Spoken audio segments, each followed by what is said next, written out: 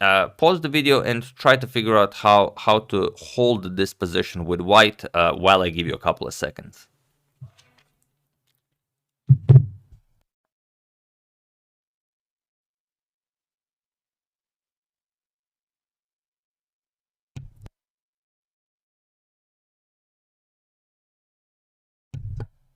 So sorry, it was on mute. So for those of you who were able to do it, congratulations. After rook d6, Hikaru resigns, and the match is now again a match. So we'll see what happens. I decided to show this one since it's well, there is a reason to it. So let's just check it out.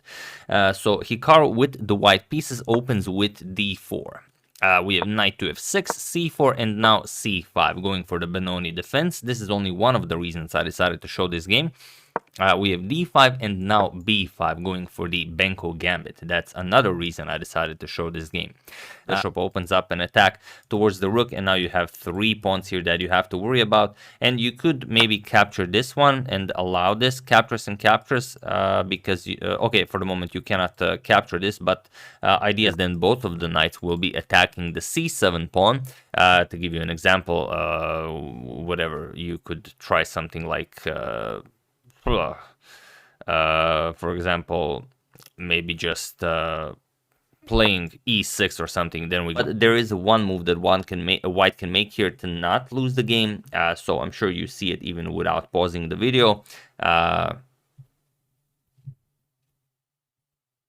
So for those of you who were able to do it, congratulations. So let's see how Dubov deals with this new insolence that is rejecting the pawn. So queen g3, and now comes queen to d6. Again, Magnus just shamelessly offers a queen trade. So I might as well grab 2 pawns for this bishop. So finally, bishop captures on g4. And that's it. That's what this bishop accomplished this game.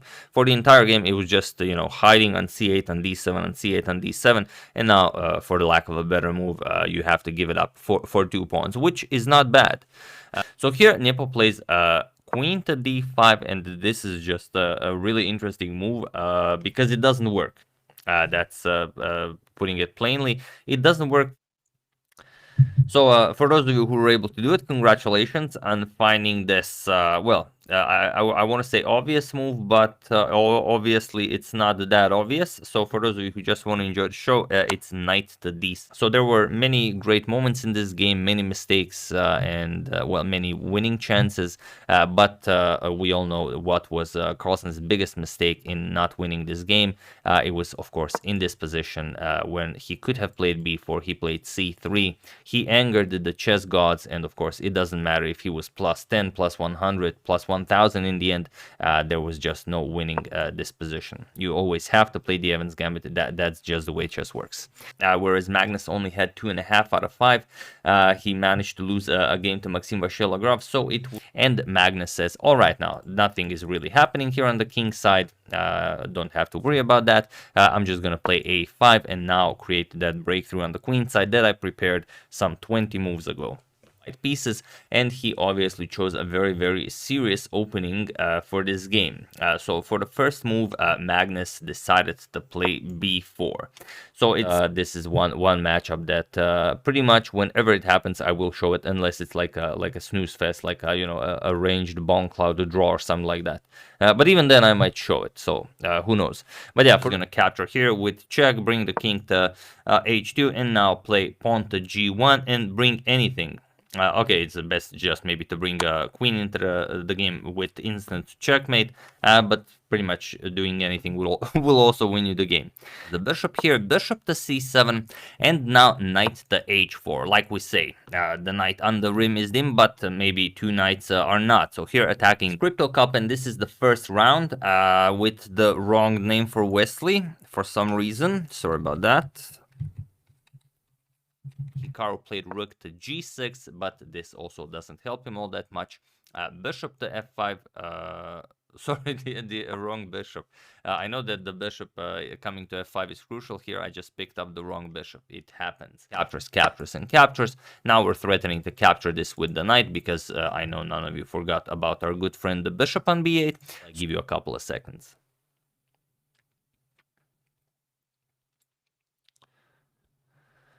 So for those of you who found any move here, congratulations, because any move is winning here for white. You could play anything. You could play rook to e1. You could push the pawn to d7. You could really try anything. But you can see that all of these squares are unavailable to the light square bishop. So it's a very sad bishop again. It's like this entire tournament is one big saga of the sad light square bishop. But okay, attack for this. So e captures on f5, queen captures on on f6. That was an accidental arrow, if anyone saw it. F came. Really sorry about the previous thumbnail. It was I had something in mind and I was starting to work on it. Then a friend came over. He brought some beer and he texted me that he already opened the beer and the beer was getting warm. So I really couldn't spend all that much time doing the thumbnail, as no one enjoys a warm beer.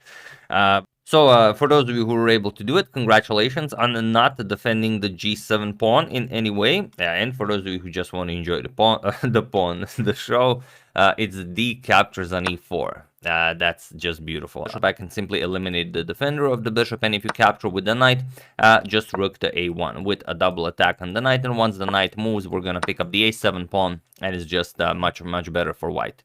Sorry, not like that.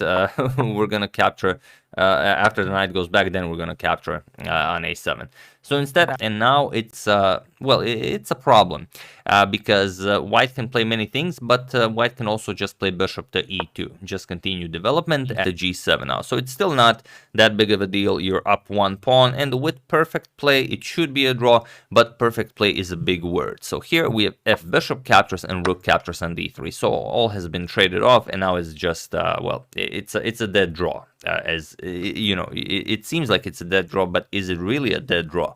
World Chess Championship challenger Yanni Pomnichev versus world champion Wesley. So for those of you who maybe still not know, Wesley is a world champion. He won the Chess 960 World Championship, the official random World Championship, or as they're calling it, the Chess 9LX World Championship.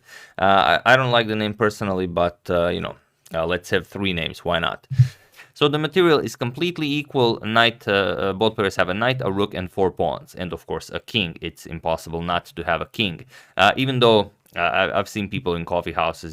They play and they sometimes the king falls off the board and they don't realize it, and then it's just weird.